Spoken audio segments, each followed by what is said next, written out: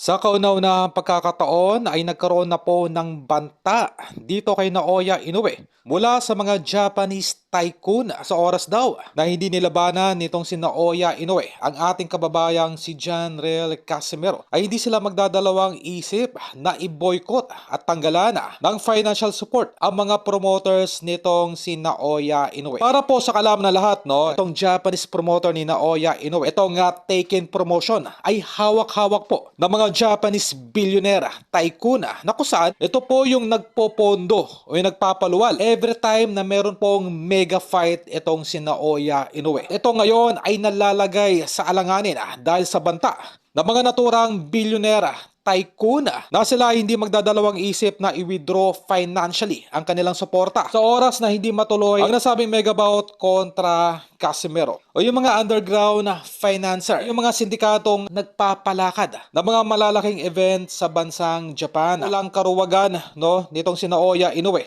at sa mistulang pag-iwas ni Naoya Inoue kasama ng kanyang manager sa matinding hype na laban, no, dito kay Janriel Casimero ay sadya pong nagdulot ng malaking pagkadismaya sa naturang mga tycoon. Dahil kayang-kaya pong isabotahe ng mga naturang tycoon ang titulo nitong si Naoya Inoue. Lalo na yung kanyang titulo, no, bilang pound per pound king at numero 1 sa bansang Japan. Yan po ay kayang isabotahe at bawiin ng mga naturang tycoon.